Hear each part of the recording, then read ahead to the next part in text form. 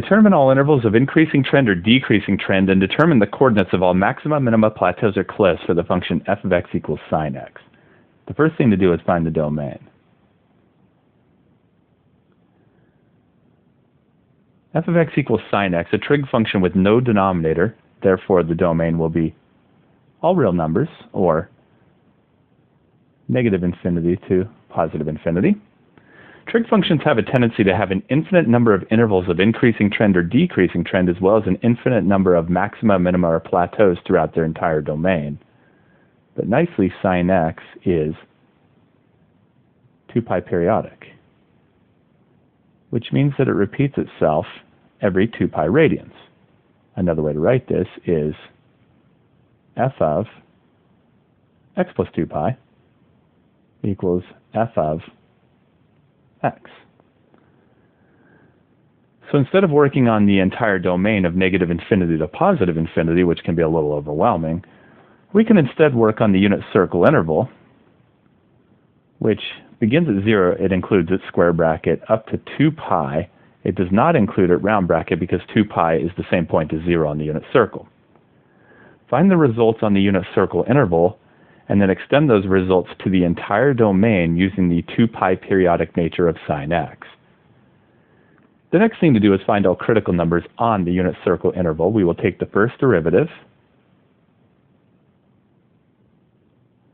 f prime of x equals the derivative of sine is cosine. We can now set the numerator equal to 0 and the denominator, if there is one, also equal to 0 and solve for all x's. So we need the values of x that make cosine x equal to 0 in the unit circle interval. This will occur at pi over 2 and again at 3 pi over 2. We can now draw a unit circle interval line, a line representing the unit circle interval, which begins at 0. It includes its a square bracket up to 2 pi, does not include it round bracket. We can put all critical numbers on this unit circle interval in order. We found pi over 2 to be one of them and 3 pi over 2 to be the other, which splits the unit circle interval up into 3 different intervals. We can pick a test value in each of these intervals. 0 to pi over 2 is the first quadrant of the unit circle. We can pick pi over 4 in there. Pi over 2 to 3 pi over 2 covers both the second and third quadrants on the unit circle. We can pick pi in there. And 3 pi over 2 to 2 pi will cover the fourth quadrant on the unit circle. We can pick 7 pi over 4 in there. We can now test the trend in each of these intervals by plugging these test values into the first derivative. We don't care about the value of the first derivative, just whether it is positive or negative. Starting with the test value of pi over 4, on the left, we will plug that into the first derivative, which is cosine x. Pi over 4 is in the first quadrant of the unit circle. Cosine is positive in the first quadrant, so we will have a positive first derivative, which corresponds to an increasing trend. Plugging the next test value of pi into the first derivative, cosine of pi is a -1. We have a negative first derivative, which corresponds to a decreasing trend in that interval. Plugging the next test value, which is 7 pi over 4 in, 7 pi over 4 is in the fourth quadrant of the unit circle. The cosine is positive in the fourth quadrant of the unit circle, so we will have a positive first derivative, which corresponds to an increasing trend.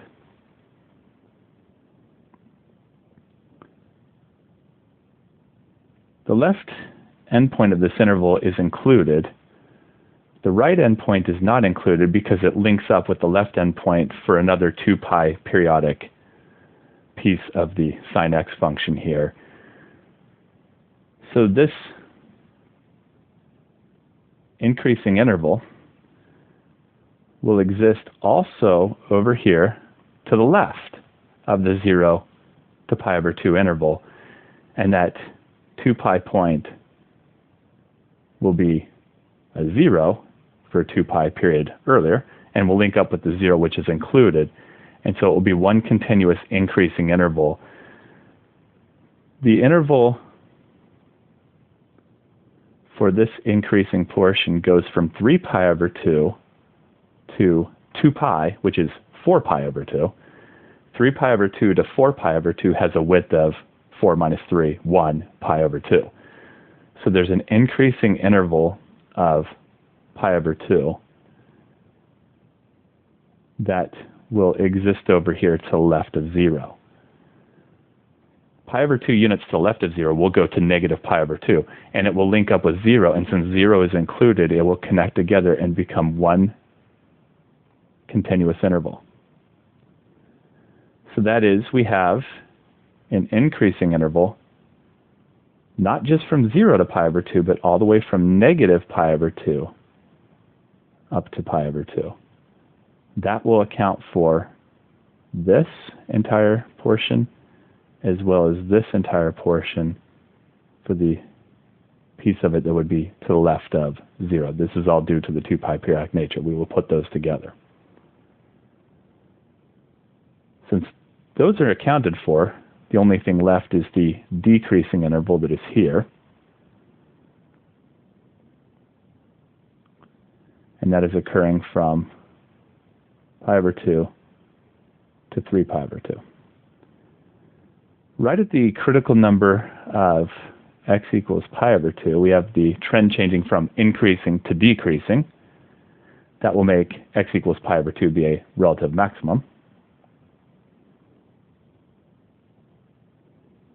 It has an x-coordinate of pi over 2, and it has a corresponding y-coordinate that can be found by plugging the x-coordinate back into the original function, f of x.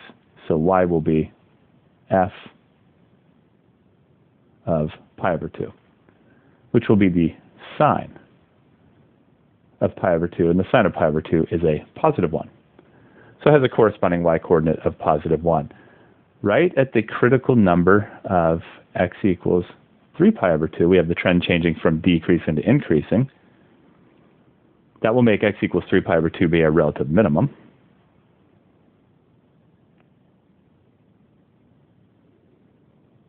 It has an x-coordinate of 3 pi over 2, and it has a corresponding y-coordinate that can be found by plugging the x-coordinate back into the original function.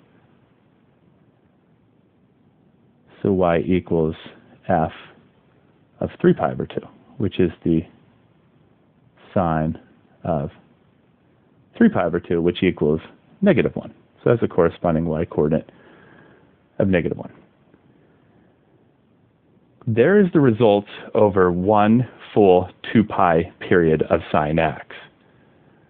We can now extend these results to the entire domain of all real numbers, negative infinity to positive infinity, by using the 2 pi periodic nature of sine x. We can add to each of the x values 2 pi, the period, times n, an integer.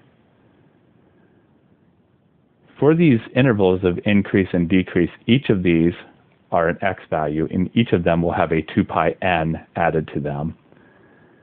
For the relative max and the relative min, only the x-coordinates are x values, so only the x-coordinates will have a 2 pi n added to them. The y-coordinates will stay as is. So that means we have increasing intervals of negative pi over 2 plus 2 pi n up to positive pi over 2 plus 2 pi n. Decreasing intervals of pi over 2 plus 2 pi n up to 3 pi over 2 plus 2 pi n. We will have relative maxima occurring at pi over 2 plus 2 pi n. The y-coordinates will all be a 1. We do not add a 2 pi n to it because it is a y value and it's coming from a trig function, f of x equals sine x. And we will have relative minima occurring at 3 pi over 2 plus 2 pi n, and corresponding y-coordinates of -1. We don't add a 2 pi n to that because that's a y value coming from the trig function f of x equals sine x. For each of these, n equals any integer. It can be a positive integer. It can be a negative integer. It can also be a 0. If n equals 0, each of these will turn into the intervals that we just worked on. But for any other integer, it'll generate all the other intervals. And this will be the results for the function f of x equals sine x over its entire domain of -infinity to +infinity.